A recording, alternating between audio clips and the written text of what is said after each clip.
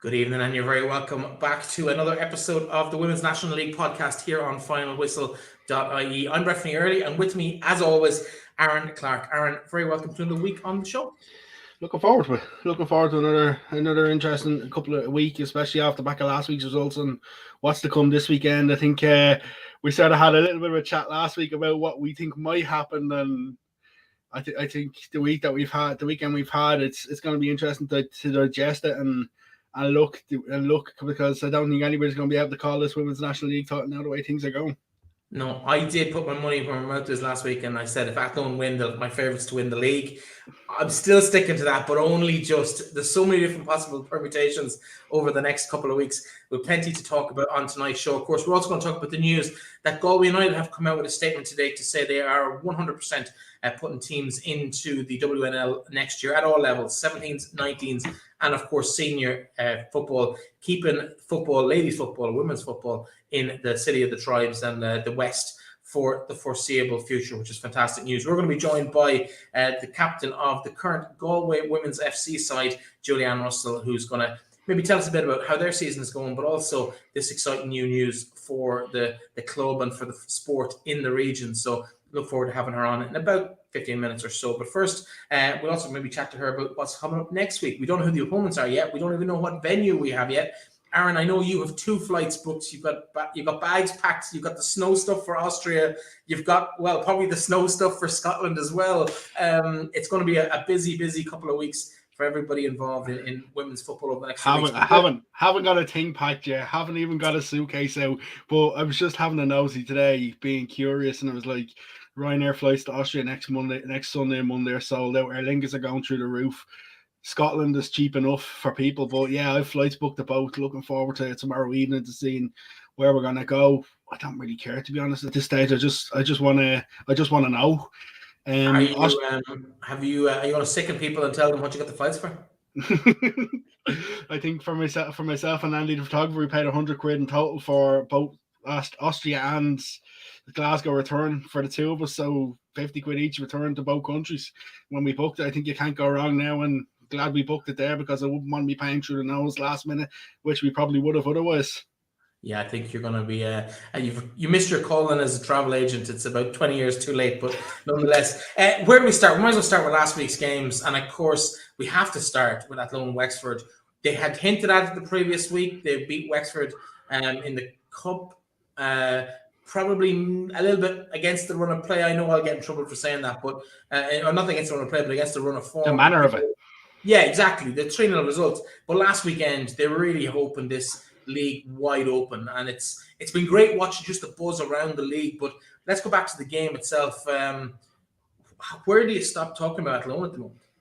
You just can't, and I think Madison Gibson's the name on everybody's mouth now. Probably if she had come in a couple of months earlier, she'd probably be in the running for the Player of the Year award. Probably just the fact she came in mid-season didn't help her, but she's been absolutely superb.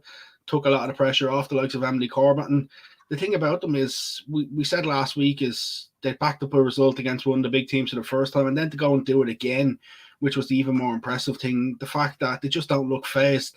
I know Tommy Hewitt and TG Carr doing what he's supposed to do by saying, listen, we're not necessarily in a title race, doing what he has to do, but you can just see the buzz, the momentum, everything around the group, around the players, and like realistically, everybody is starting to talk about Athlone for the potential double, and with performances that they just keep pulling off. Like, you're right at times what you've said over the season. It's not always pretty, and some people may not like it, but it's extremely effective what they do, and their ability to grind teams down at times as well is something that they have to get a lot of credit for. And I think what they've done against Wexford would have been looking for a response, and for Stephen Quinn's side, they'd have been thinking Shelbourne get the late goal in the early game, pressure's back on them, and they just couldn't really deliver. And I think it's a tough one. It's a tough one on Wexford because they hadn't lost Athlone before the last 2 weeks, and all of a sudden they lost back-to-back big games, and some doubt probably going to creep in. Will doubts creep in there as well? The big players, the likes of Nicholas and Kylie Murphy's, Keir Rosters, Adele Kennedy's will have to roll around that group. Whereas for Athlone, it's just a fearless group of players who see no boundaries anymore.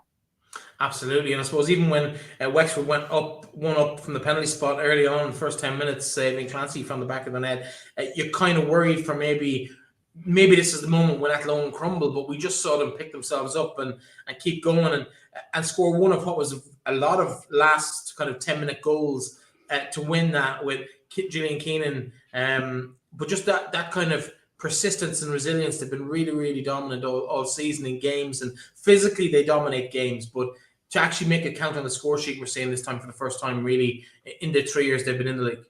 Yeah, well, the thing is, for many years, those Wexford dominating these sort of games physically as well. And the biggest thing that I like about Athlone is they just keep going until the very end. They're not happy just to settle for a 1-1 draw against Wexford Youths. They continue and try to push and push and push till that last minute. And they got their reward on Saturday with the Gillian Keenan header. And I thought, from their point of view, the way they just continued to push it on, I like the way Tommy Hewitt used his bench as well. And it's now a case that they're not necessarily just 11. They've got the best 11 players on the pitch. Emily Corbett didn't even start the game. Shows he can afford to make some sort of change. And I think they're just willing to sacrifice absolutely everything from there. It reminds me of watching some underage teams in previous years gone by under Dave Connell, where he used to use a thing where the players would run themselves into the ground. He'd take them off, he'd put 3 fresh players on. And that sort of reminds me a bit about Athlone. They'll go until they have no more, then they'll bring on someone else, and that next person will go again. Absolutely. Well, listen, you mentioned the Shells game. Let's jump to that one next. Cork, first goal, first goal, Becky Casson put them 1-0 up. She also managed to put in the other net not that long later, just before the halftime interval, but it was a late strike from Megan Smith-Lynch. Saw them take all 3 points in that one. And as you said, keep the pressure on Wexford. Shells, they needed a win. It's been a while, and they've looked fallible over the last couple of weeks. So from their point of view, they'll be happy just to get a win, even if it's not the most convincing. Yeah, absolutely. But a bit of contentiousness about the Cork penalty, for the fact that there was a bit of arguments over. I can't remember. I think it was Christina Dring that was fouled, but she'd been off injured and hadn't actually left the field of play after receiving treatment. And the Shells players were a little bit displeased, obviously being fouled then for the penalty. The referee sort of said he made the mistake in not sending the player off the pitch after getting the treatment. But no doubt it was a clear penalty. It was a clear penalty all day, and Becky Casson put it into the top corner. Probably before that, Cork should have scored. I think the minute's wrong. It was slightly later in the first minute. They actually hit the crossbar in the first couple of minutes as well, and they had other chances. When they go in 1-1 at half time, they're probably extremely disappointed. It was just a corner that wasn't cleared. Come to Becky Casson to the back post, she probably thought she had to play it straight away. Maybe had a little bit more time, a bit more communication from her defence and goalkeeper. She could have potentially got rid of it she tried to just get rid of it, but it just skewed off the foot. And in terms of the second half, I thought the one thing about Cork compared to earlier in the season with Danny Murphy is that they continued to push, they continued to try, they continued to do things maybe that they weren't able to do earlier in the season. And it was a much, much improved Cork side. I think for Shelbourne, Megan Smith-Lynch coming off the bench 3 minutes to go, and she thinks the ball over the keeper's head about 25, 30 yards out. One of them audacious things that Megan will try when she's given that little bit of space. And if you had to say anything, it's probably another one of the get out of jail free cards for Shelbourne. The only question you'd have to ask is how many are they going to get away with this season, because they've had quite a few this year, and from their point of view, they just needed to stop the rot. I think the Bows win the week before was good, that in the cup, that it gave them a little opportunity to break away from the league after the pressure of the 2 defeats. And with that win, closing the gap to Wexford Youths, they'll just be happy to walk away with 3 points because they probably didn't deserve them. We'll hear from both managers after that game later in the programme. But maybe let's go west out to Galway, where Galway hosted DLR. The game ebbed and flowed. Galway were in the lead, DLR were in the lead, back level, and DLR sealed it late on. We're going to hear from Julianne very, very shortly in terms of her thoughts on the game. But before we do, what were your thoughts on this performance? Is it the kind of performance we've been missing from DLR in recent months? Patches of it are good, and patches of it aren't so good. I think the last goal in particular, I think whatever Earley does is very, very good. The fact that she had the audacious and the confidence to actually bring it so narrow before trying to loop the ball over into the net, I thought showed a player on form for DLR Waves. It was a good win, but for Galway, it's one of them that it's the last couple of weeks haven't been great. That they've since the announcement with what's gone on, they just haven't been able to get that going on the pitch. I think Alan Murphy and even Julian will be a little bit disappointed with that they haven't got that form, because they're now starting to allow DLR and allow Bows to reel them back in, and they could see themselves sliding down the league table unless they get a couple of results in their last couple of games. Interestingly enough, they have a potential to throw one or two banana skins into the final mix for the league title. And I think you've seen when they done that last year against Peamount, they'll be looking to do that again. I think from a Galway point of view, they'll just want to see the season out at this stage, just try finish with as many wins as possible in the last 3 games. And hopefully with a fresh start next season under a new Galway United banner. We might as well bring Julianne in at this point. Julianne, you're very, very welcome to the programme. Thanks a million, Breifne. Good to be here. Well, let's maybe start first of all before we get on to. Actually, no, let's start with the big news, because it's pretty vital for the future of the game in the West, and we've seen so many key players for Ireland come through there over the last 10, 15 years since the birth of Galway, maybe even back as far as that fantastic run in the FAI Cup and playing in the precursor to the Champions League back in, I believe it was 2007, I'm going to say, or 2008. I'm not sure. You might correct me on that. But we've seen so many players come through, yourself, Niamh Fahey, Maeve de Burka, and so many more through the underage ranks and now breaking into the senior side. Heather Payne, another one. And it's important to have that option for girls in that region. How important was today's announcement? Yeah, look, it was so important for Galway United to come and back us.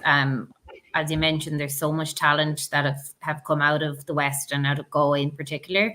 And we can see in the underage teams that there's so much talent that's still here. So, yeah, I think it's just vital that we have a club in Galway and under Galway United. I think it's really good to be seeing this across the league with all the different clubs like Sligo Rovers, Shells, Athlone, Treaty, just to name a few. To have that joint men's and women's side is just vital to progress football in Ireland. 2-pronged question on this one. Were you ever worried you wouldn't get one in Galway, a team next year in Galway? And what's the last couple of weeks been like for you players? To be totally honest, I wasn't worried. I knew that with the amount of talent that's here and with the drive of women's sport in general, that someone will come in and kind of save the day, I suppose. So, I was kind of quite positive that Galway United would come in, and I think it's good for them as a club. And also if they have they obviously have the ambition to go into the Premier Division as well, and to have the women's side within the club is really good for them. And then I suppose to answer your second question, the last couple of weeks, I suppose, in terms of our results, haven't been looking good, haven't gone our way. Don't want to say that the stuff that was going on in the background affected our performances, because it shouldn't, but potentially it might have been in some people's minds. But at the end of the day, I just think it wasn't good enough by us, the players, for some of the performances and some of the sloppy goals that we gave away. Julianne, in terms of, I suppose, what Galway United coming into the sport, or to the women's section of the sport, at least next year, on a practical level, is it still going to be the same kind of setup in terms of you're still going to play at MDC Park, or what do you know at this point about what it's going to look like next year compared to how it looks at the moment? To be totally honest, we don't have full details on what it's going to look like in the future. I imagine we'll be playing in AMDC Park because that's where the men play. That's where we have been playing the last couple of years as well. So I imagine the stadium will stay the same, but from a operational point of view, we don't have kind of full visibility into that yet. And just even in terms of it's a slightly different fan base as well, because we've seen when Bows come, the likes of Bows come into the league, their men's supporters get behind, and we've seen with Shells as well, the ultras behind the goal. Are you hoping that the whole of Galway will roll in behind this project?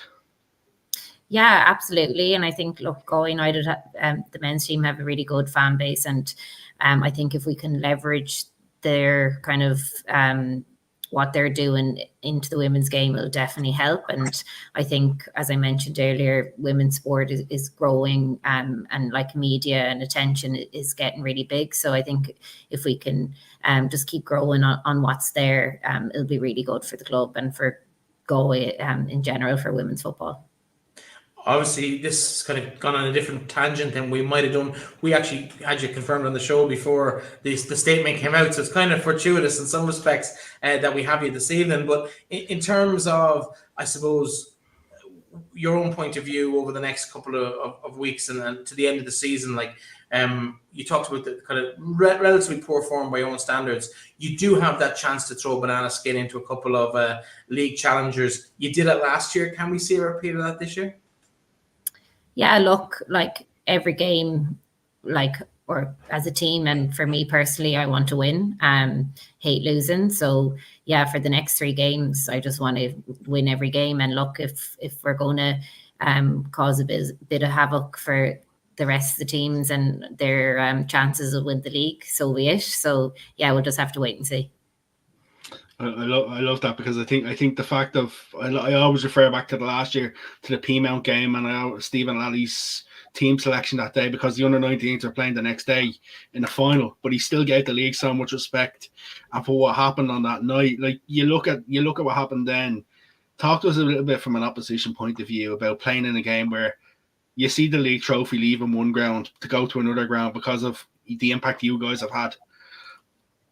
Yeah, it was madness. I think that'll go down in history, and it was spoke about so much last season, and obviously at the start of the season, and it continues to be. I suppose we had nothing to lose going into the last game last season, and we just wanted to kind of show our ability. And I suppose it was being shown live on TG Car as well, so it was great for the players to be able to show their ability to like people in Ireland and everyone else watching. So yeah, it was just madness. I suppose the way it all played out, we were 2-0 down and we came back and ended up winning 5-2. You probably wouldn't see that anywhere. But yeah, it was special to be part of it that day. And yeah, hopefully we can do something again this year in the last couple of games. Yeah, the fixtures computer had a bit of a sick sense of humour putting you against P-Mount in the last day again this season. I think they were looking for lightning to strike twice, and who knows, maybe it will in a couple of weeks. Plenty of road between now and then before we find out exactly how that plans out. Breifne, don't forget, Athlone won't be hoping. Athlone will be hoping they don't do favours either, because they've Athlone as well. There is that case, but I'm talking about specifically repeating last year's one. In terms, obviously, from a family point of view, I don't know if it matters to you whether it's Galway WFC or Galway United on the badge per se, but I suppose given the fact, obviously, the last time we had John, we talked a little bit about your brother John, who's former Galway United player as well as Sligo Rovers and St. Pat's. Currently, of course, he's in the dugout in the showgrounds. I hope he's not there right now, but he's there in his job on a day-to-day basis. What's it like to kind of get that option, that opportunity maybe to wear the same badges as John, because you've probably never played for the same club before? Yeah, no, it'll be really cool. The only club we did play for was Salthill Devon, was both our underage club growing up. So yeah, big shout out to Salthill Devon. But yeah, it'll be, I think, like growing up and going into Terryland when I was younger, and the Friday nights watching John, like obviously there was no women's team, but like I always kind of wanted to play for Galway. And then I suppose when I was away and had to play in Dublin with work and college, etc., and then when I came back from Australia to have the opportunity to play in Galway, although it wasn't Galway United, it was still really special. So yeah, I think it's really cool to that Galway United now have come in, and we have that opportunity now to play under the banner. Was there ever any itching clubs even come and looking to say, would you come back to Dublin again? Because you seem to be quite settled in Galway now. You seem to be everything's falling right into place for you now with football and then with working. Yeah. Look, I'm really enjoying my football with Galway at the moment. Like, I've really enjoyed the season. Like the new management that have come in have done a phenomenal job, I think, in terms of results and stats and everything that's happened this season. Although in terms of the league, position we're in terms of like the amount of games we've won, the amount of goals we've scored and conceded, etc., has been the best ever on record for Galway. So, like, the potential is there. As I mentioned, yeah, really enjoying my football at the moment, and my family are in Galway. I'm building a house here at the moment, so yeah, Galway is my home for the foreseeable future. Because I'm sure Peamount were onto you, given the history of the club before. Knowing James O'Callaghan as I do, I'm sure, yeah, he had your phone blown up for at least a month when he knew you were coming back before you even came home, I'd imagine. Yeah, no, Peamount, obviously we're a great club and I've a lot of friends there, and yeah, like I've had great experiences there and won a lot. So yeah, Peamount will always have a place kind of in my heart for what I've achieved there. But yeah, no, at the moment it's definitely Galway. What's it like being one of the more experienced in the dressing room when you see all the younger age, underage internationals coming through, and you know, you were once one of them where when the league was just setting out, but now being one of the more experienced and getting to help guide the next generation? Yeah, it's mad. I still think I'm young, but I'm not. But yeah, to see the talent, to see the talent coming through is amazing. Like, some of the girls are phenomenal and they're so young. Like the likes of Kate Thompson, she's only 17. Like, she's slotted into our senior team like it's such ease. She's just so confident, so much skill, so much talent. I think she's a massive future ahead. Other players then have just gone over the 19s, but I think have a massive career ahead of them is Shauna Brennan. I think she's had a really great season and she's, yeah, just so much talent and has a really strong career ahead of her. That's always the danger when you start naming names. It's the one you don't I name. know. Before we kind of talk about international squads and stuff like that, obviously this weekend, Ireland out against, we don't know yet, Austria or Scotland await in the playoff. Have you seen much of the games? I know you've been in and around selection, or is that something that's part of your life anymore? Is Ireland still a thing for you? Yeah, I suppose I've been going to the home-based trainings, and I've like I'm currently on standby for the game, but I suppose yeah, no, for the last kind of year and a bit, unfortunately, I haven't been able to make those squads. But like, obviously, I'm such good friends with the girls, and all I want is the best for them and for women's football in Ireland. So I'll be their biggest supporter. What's it like watching on? Because I know you were in with us in the media in Gothenburg for the Sweden game. How do you find watching on in these sort of games? Yeah, I'd be nervous wreck watching them. And obviously, yeah, you just want to be out playing and like doing your part to get the team to win. So yeah, I'm nervous watching is the main thing. Still hoping to qualify for the World Cup and maybe even make that squad yourself next year? Is that still? Yeah, obviously, like, it'd be unbelievable to especially go back to Australia as well. I've so much friends over there. The friendships I built over the 4 years I was there, it'd be amazing to go back and play in a World Cup there. So I think first thing is first is the team to qualify, and we'll talk about that later then. Obviously, you've experienced kind of that World Cup style thing with the World University Games in the past. So that's probably the closest most Irish footballers get to World Cups these days. Those haven't been in that environment for that kind of 2 or 3 week camp where you're playing games every couple of days. Does that make it kind of more real and more kind of something that you'd be acclimatized to if that was to happen?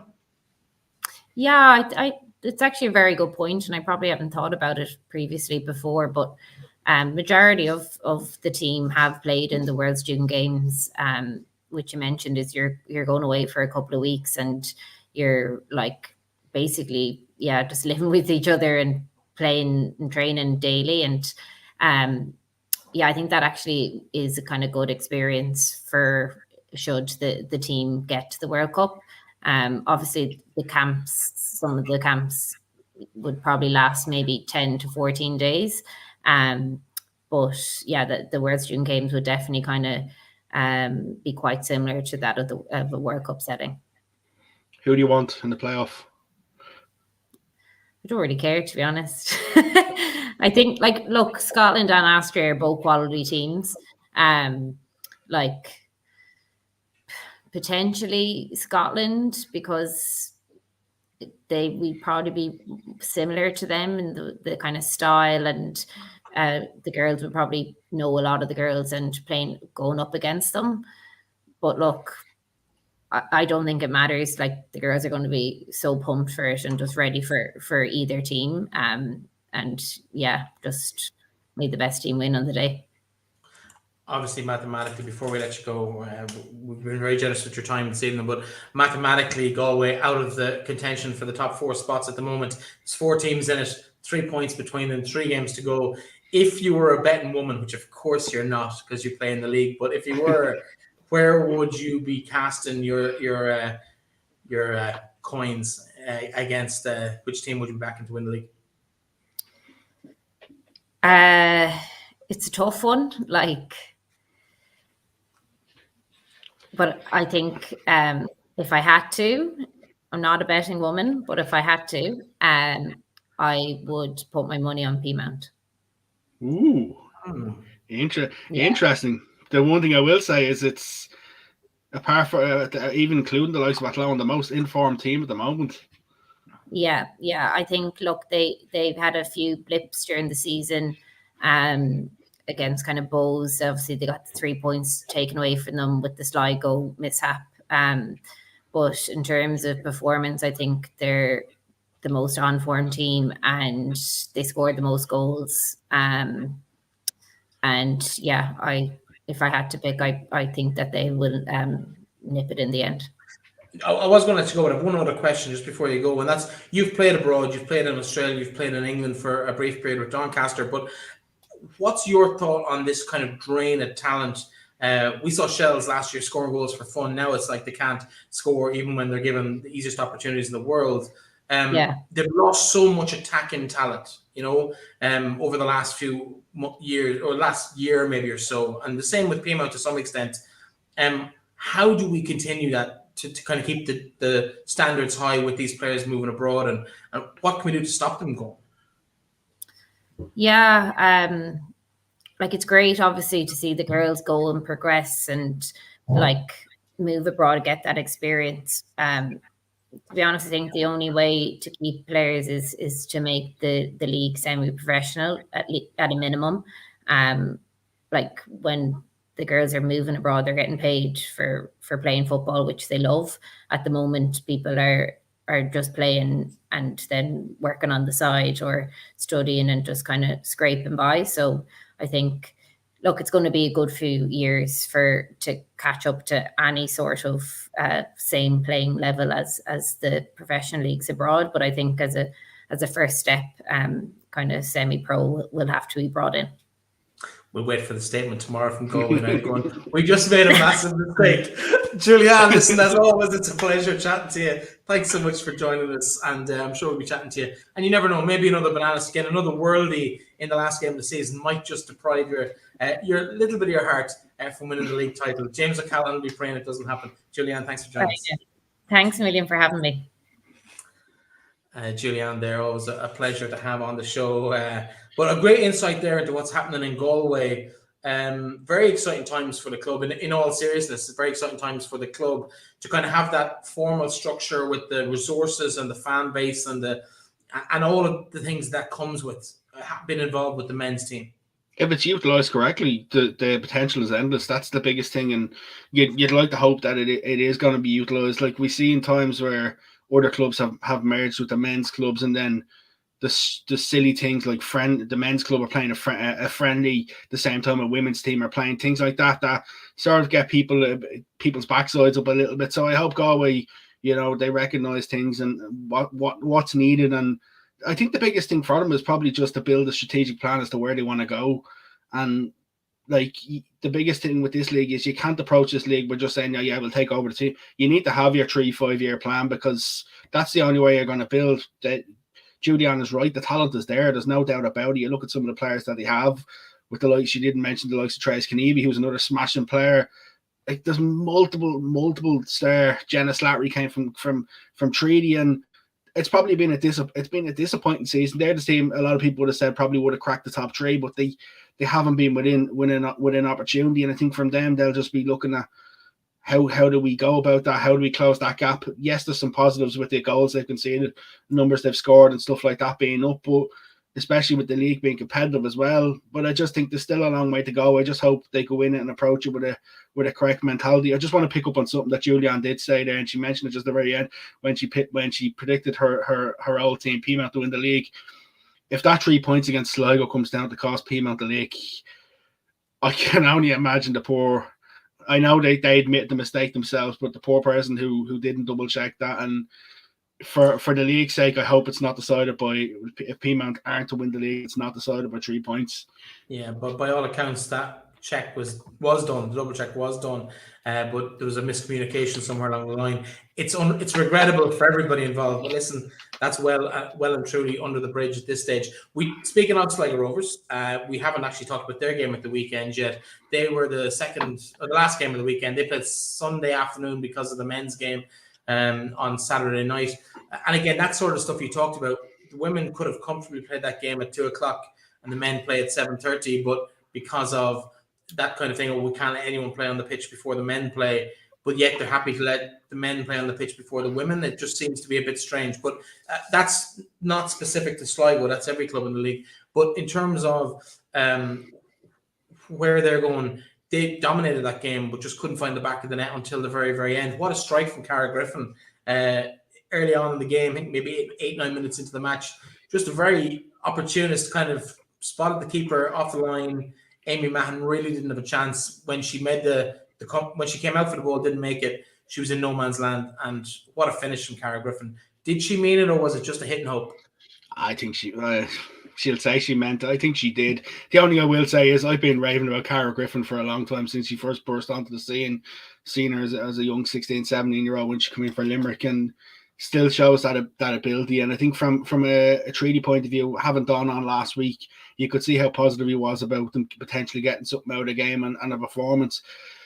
Yes, Sligo dominated the game, probably be disappointed not to take the 3 points, but from a side who haven't taken points since the break, getting the 1 point, you'll probably be frustrated that it's not more.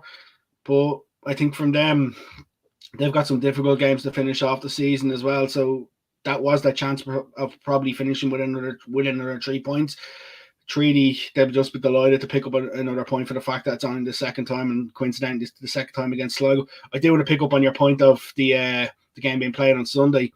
It's the same thing with what was announced today. That's quite annoying me and frustrating me, with the fact that the League of Ireland Premier Division will finish on the same night as the FAI Cup final for women, which is due to kick off at 3:00, and then the men's kick off at 7:00. I think that's absolutely scandalous, considering they're both run by the same person. The coverage that the women's league will lose, because all eyes will be on Shamrock Rovers if they win the league, or Derry if Derry actually succeed. There's a big gap. That league could be done and dusted a week or two earlier than that. But then again, I'm not saying it will, but it could be. But I take your point. Opportunity. The journalists will all be in UCD because they'll want to get that story or that celebration with that Stephen Bradley comment after the game. And I think for that sort of thing, it's disappointing because they moved the women's out of the Tallaght Stadium to say that out of the Aviva Stadium to say that it wasn't sustainable having it before the men's game with the gap in between and stuff like that. Then they gave it its own day in Tallaght the last couple of years, and now to put them fixtures, I think it's poor.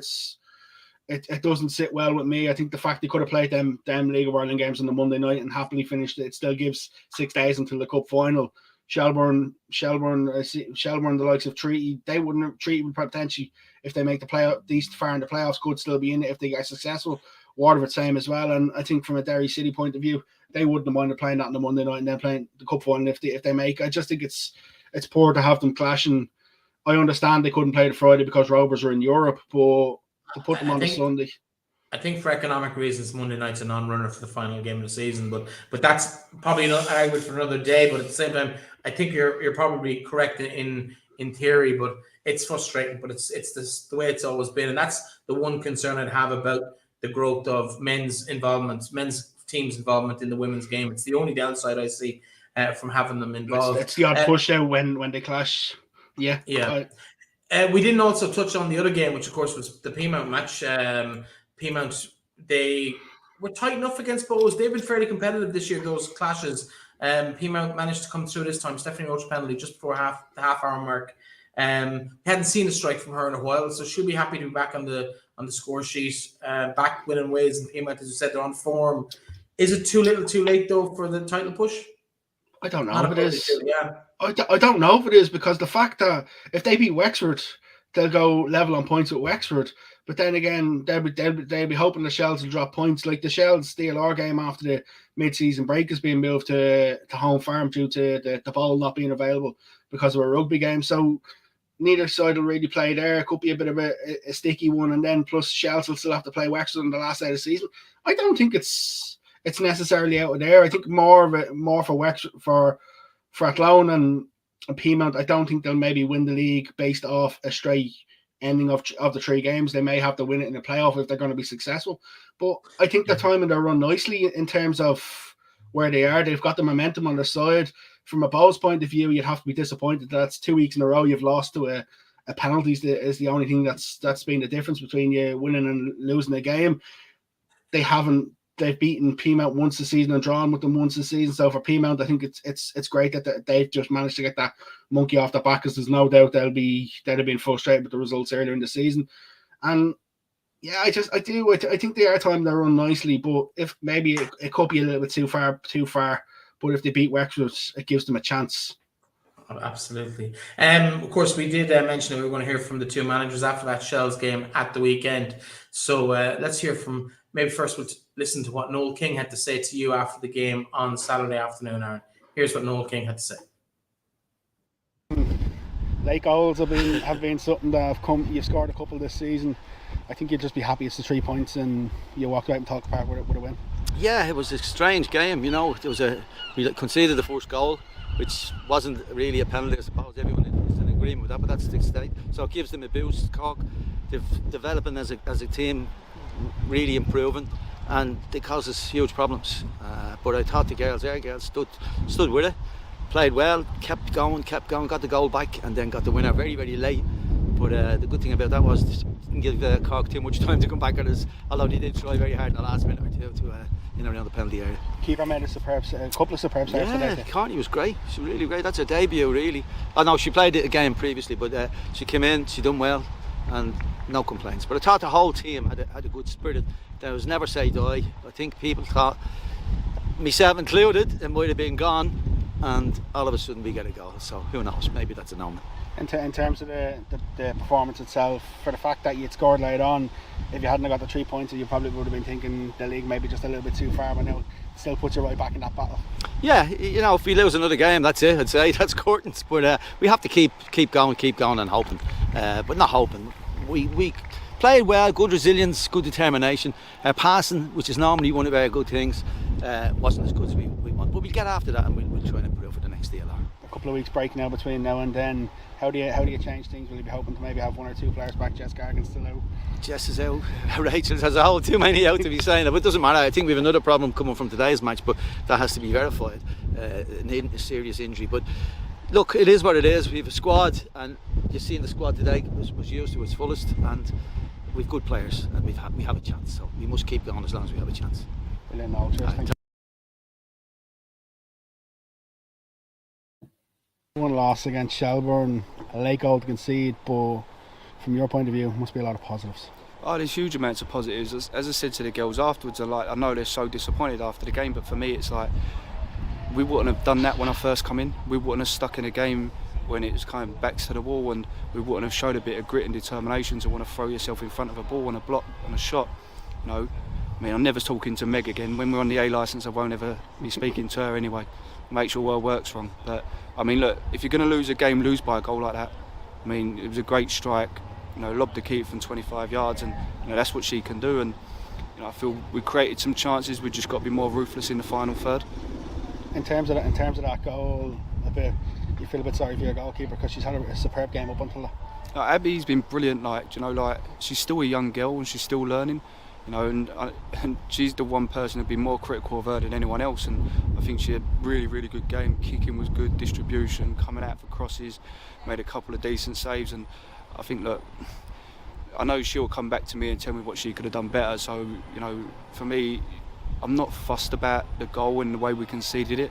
I'm more happy with the performance overall in terms of how hard we worked. And I know we can be a bit better on the ball, and that probably wasn't our best game on the ball. But you're not always going to play well, and when you're not playing well, can you be determined and stick in and make it difficult for other teams? And I felt we did that today.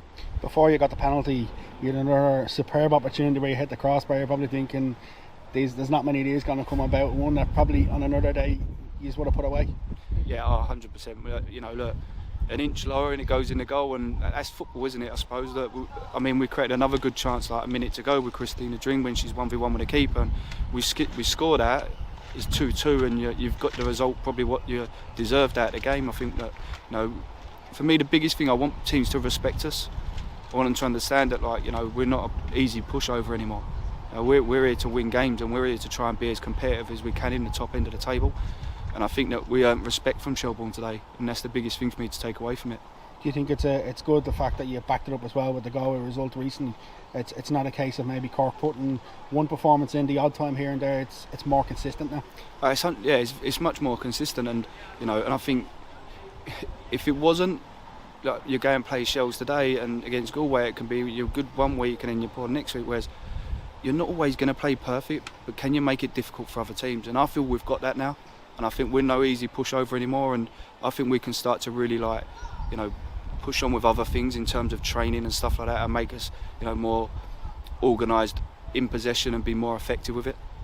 I spoke to you earlier in the season, and you said you were talking even with the club's press conference about things like fitness levels and stuff like that, but you can see how much now that you're able to do the tactical stuff and the side stuff, because they're the off the field basis there now for you to allow you to push on. And does that give you excitement for the last couple of games of the season, just to see what else you can get out of them? 100%. Look, the demands I probably put on them are probably really high, and I'll probably drive them insane. But there's one thing I will do: I'll do anything for them if they put in the work on the pitch. And they do it in training, they put in the work, and as a club, that's all you want them to work hard, give it everything they've got, and if they do that, we'll go out and we'll do whatever we can to make them successful. And the start of the season wasn't fit enough. We've not really worked on running, we've just stayed more organised instead out of possession, so that we do less running in the game and we can be more effective when we have the ball. In terms of the squad itself, but it must be nice as well when you're seeing even underage players get recognition as well for the hard work that they've put in. Yeah, no, look, ideally we'd love to have Heidi and Fiona here today, but they're away with the 17s, and they would have made a difference in the game. I think they were a subject probably could use, and Earley getting called up to the 19s, and she got dropped from the squad, then put back in it, and it's the same with Chloe. Like, Chloe's been dropped from the squad with no communication, no chat, no talk to her what she needs to do better, and it's like, I've got to pick that kid up when she comes into training, and for me, she deserves to be in it. And I just, if I really want to talk about it, I'll probably say a lot of stuff that get me in trouble. But I just think that the communication and how we deal with certain situations, we've got to understand these girls are young. And as I've said to them, 1 week you might be in the team, 1 week you're not. But what I will do is I'll help you. I'll help you understand why and help you improve as a player. Whereas, for me, Eva Mannion's probably, she's upset after the game because she gave the ball away in the middle of the pitch for the goal. I don't care. I really don't. She's give the ball away. But as I said to her afterwards, there'll be plenty of times in a season where you're going to save us. So don't worry about the mistake.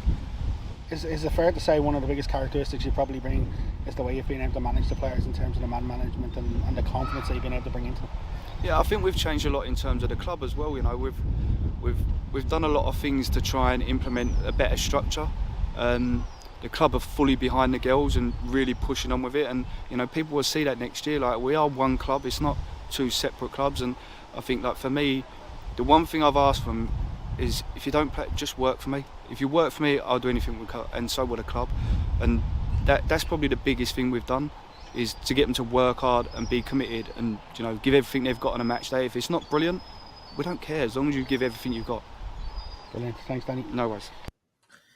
Danny Murphy there giving his thoughts on a whole range of topics, Darren. You really got him chatting after the game on Saturday. And he's right, he probably will end up in a little bit of bother with the FAI. He'll get a word at least from somebody along the lines.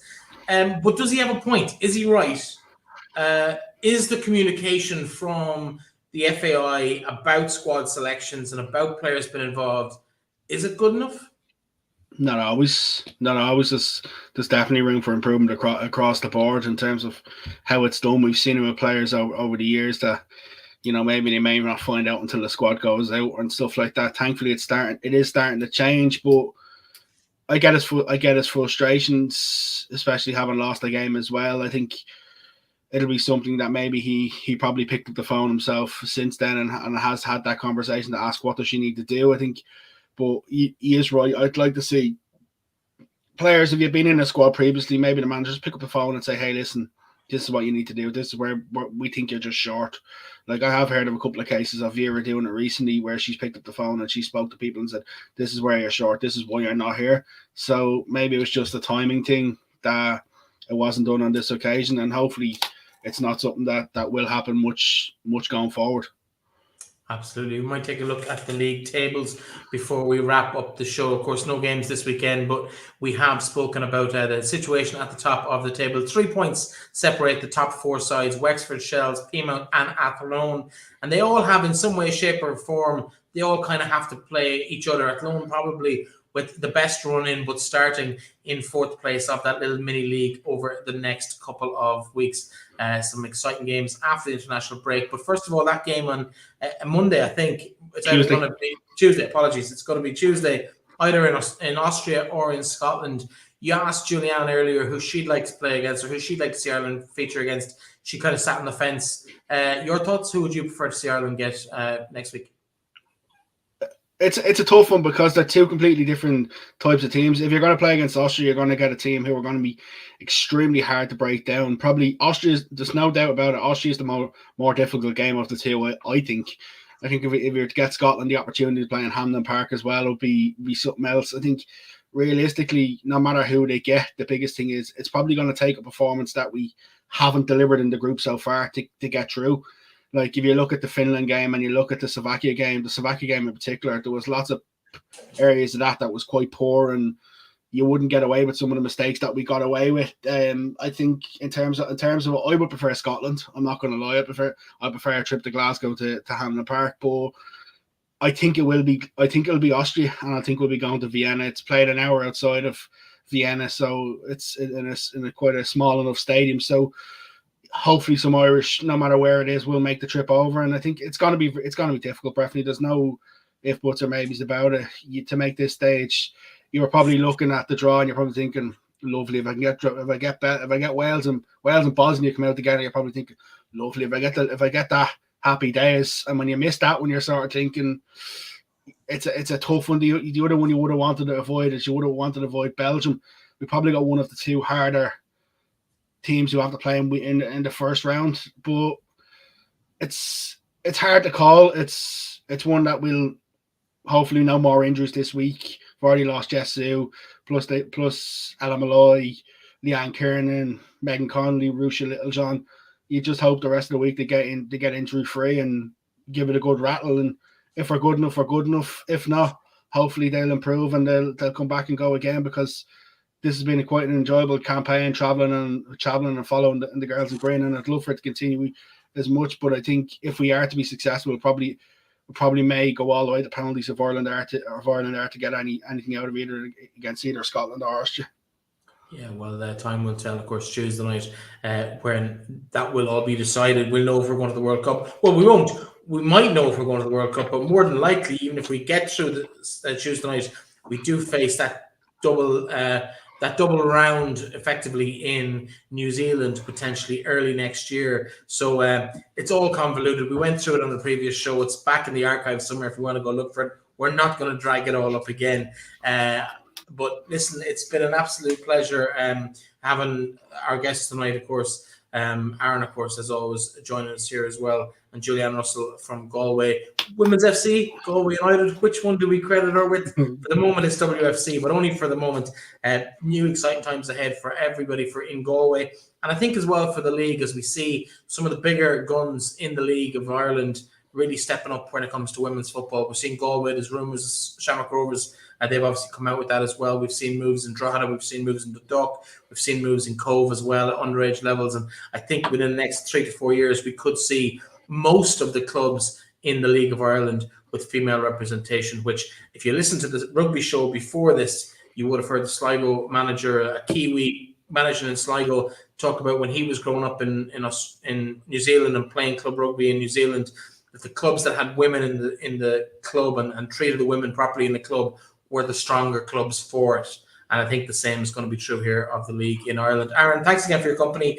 Enjoy the trip wherever it takes you, Vienna or Hampden Park. It's going to be one exciting game on Tuesday night. Hopefully, fingers crossed. We'll be back with you again, hopefully Wednesday night, unless Aaron's caught on a flight somewhere. You've got a bad record with return flights to Ireland. You like the holidays on the insurance. Give out. My boss won't like that. Of course, tonight I must thank Sean Comer, who was on production with us for the night. Aaron, as always, we'll be back with you again next week. Talk to you then.